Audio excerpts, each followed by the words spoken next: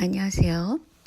저는 차기 대선 주자 선호도를 매달 그렇게 조사를 해서 발표하는 것에 대해서 반대하고 있는 사람입니다. 왜냐하면 이런 여론조사를 어떻게 하느냐에 따라서 몇천 명을, 2,000명 가지고 조사를 이번에 했더라고요. 그런데 그거에 따라서 상당히 사람들이 인식하기에, 여론이 이러니까 라는 수긍하는, 즉 여론 조작이 일종의 가능하다고 보고 있는 것이죠.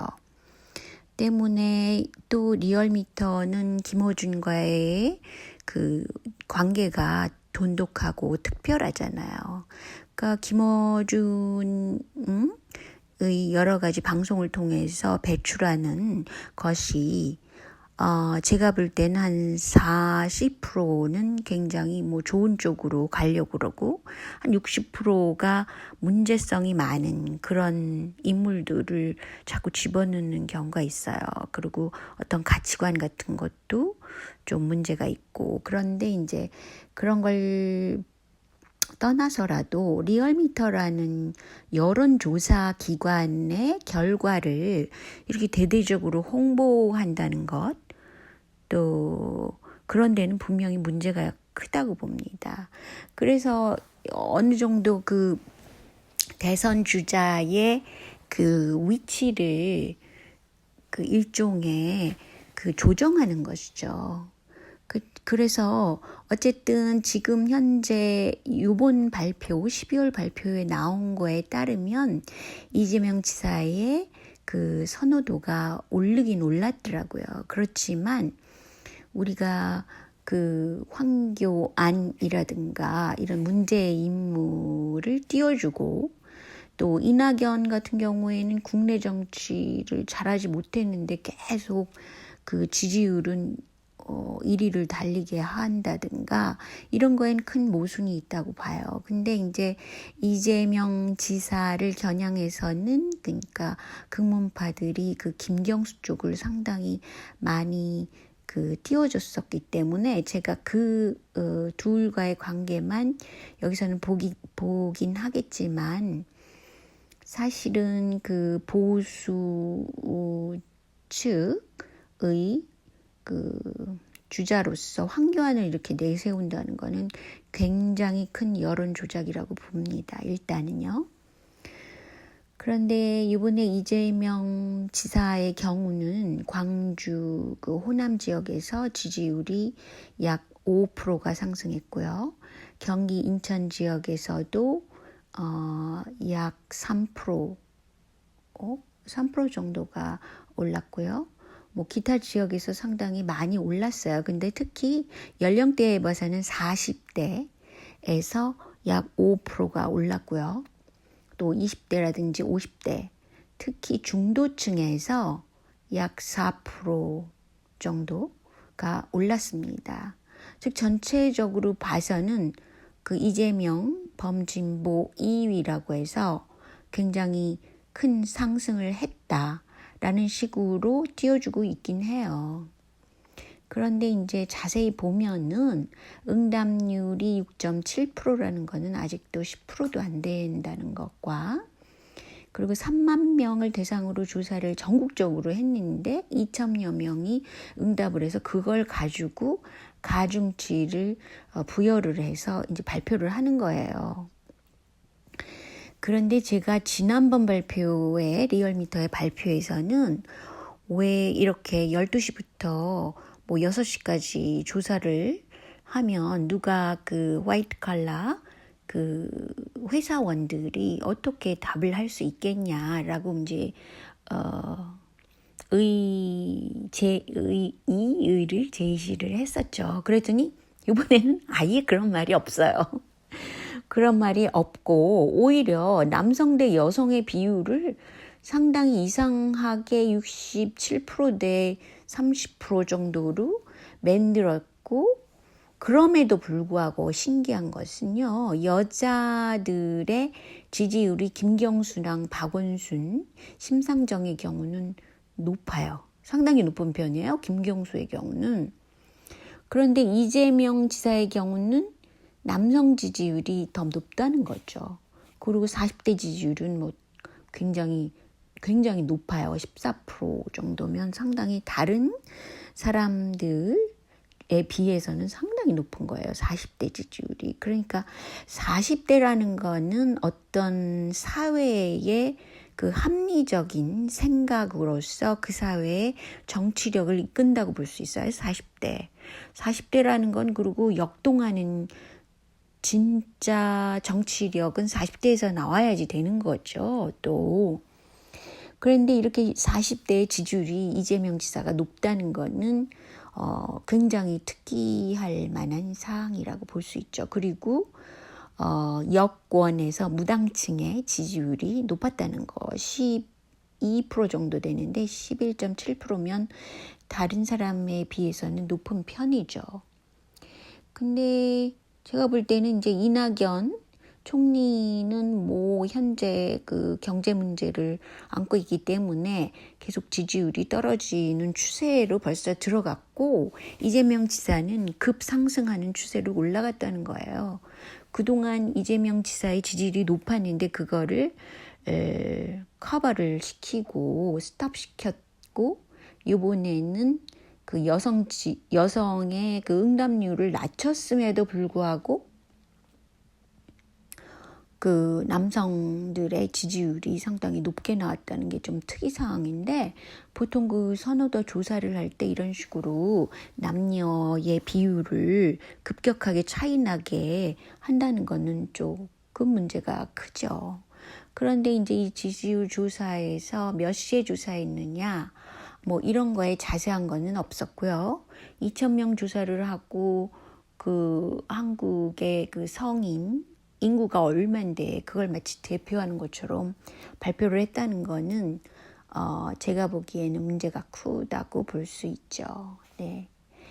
그래서 이제 지지율 조사에 대해서는 그랬고 그래도 고무적인 것은 이재명 지사의 그 지지율이 굉장히 급상승하는 쪽으로 나온 것을 발표했다는 것이죠.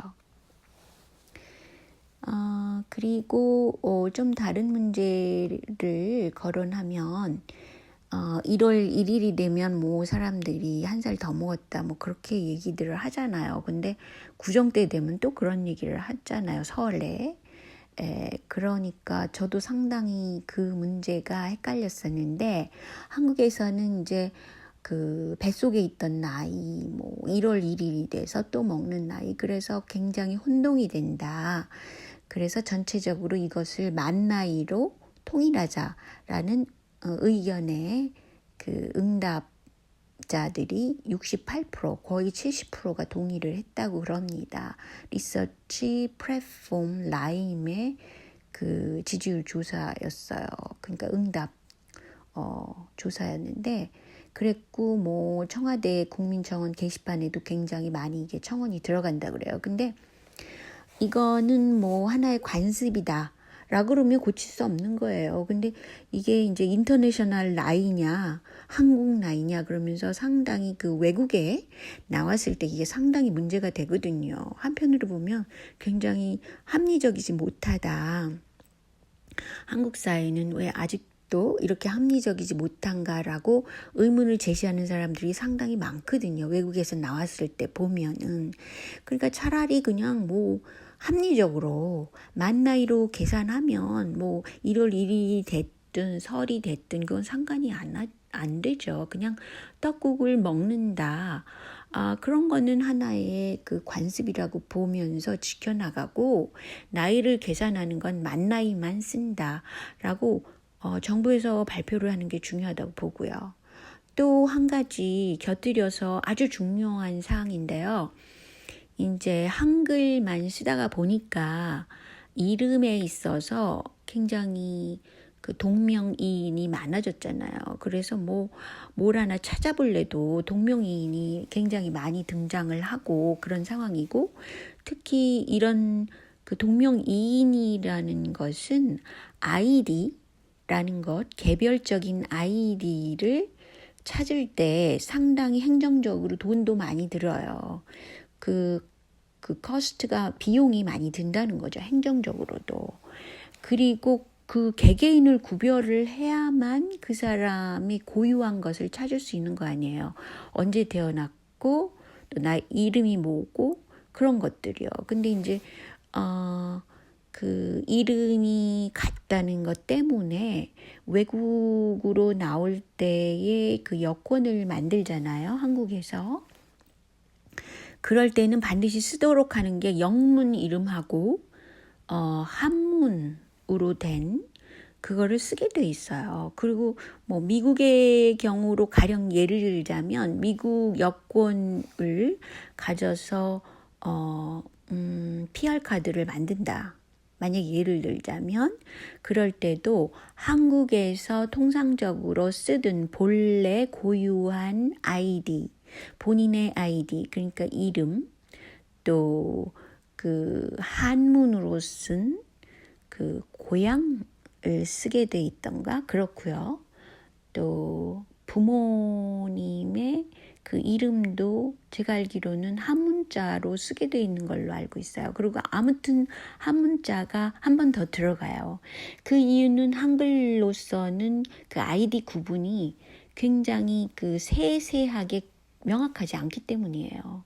그런데 이제 한국 분들이 요새 들어서 하나의 트렌드가 뭐냐면 그 영어 이름을 하나 더 추가하는 거가 이제 그런 쪽으로 가려고 그러죠. 그리고 뭐 골프를 친다든지 골프 선수도 그렇고 한국 이름을 바꿔서 영어 이름을 곁들여서 쓰는 경우가 꽤 많이 생겼는데 그런 것보다는 한국 이름을 쓰되 그 서양에서는 그 미들네임이라고 그래서 중간 이름을 하나 더 집어넣게 돼 있잖아요. 그러니까 한국에서는 고유한 그 문화로서 호 있죠. 호를 하나 더 추가하게 됐어요. 그러니까 가령 뭐 바다, 제 아이디가 지금 현재 바다로 돼 있지만 그것이 하나의 미들네임으로 쓸 수 있고 제 이름자 원래 이름에 추가할 수가 있다는 거죠. 그러니까 그런 식으로 자기 호를 만들어서 하나 더 추가하는 미들네임으로 쓰는 그런 행정적인 조치가 필요하다고 봐요. 그래서 좀 더 다양하고 그 세세한 아이디를 만들 필요가 있습니다. 그래서 한국에 그 행정적으로 굉장히 큰 문제가 됩니다. 이것이. 그 동명이인이 이렇게 많다는 것이요. 그리고 뭐 한글만 고수하는 것도 나쁘진 않은데 그렇다면 뭐 한글 이 중간 이름을 하나 더 추가를 한다든가 그래서 그 행정적으로 아이디를 세세히 할 필요가 반드시 있다는 것이죠. 근데 한국은 그 행정부에 이런 거를 다루는 기관이 있을 텐데도 이거를 어떻게 그 정책적으로 해서 좀 그 합리적으로 해법을 내서 실행을 못하는 것 같아요. 제가 이재명 지사의 장점이 뭐라고 생각하냐면 어떤 문제를 해결해서 그거를 진짜 실현시킨다는 거예요. 실사구시라는 게 바로 그런 점 아니겠어요? 현재까지 문제가 됐던 거를 탁 해결을 한다는 거죠. 그러니까 얼마나 시원시원해요.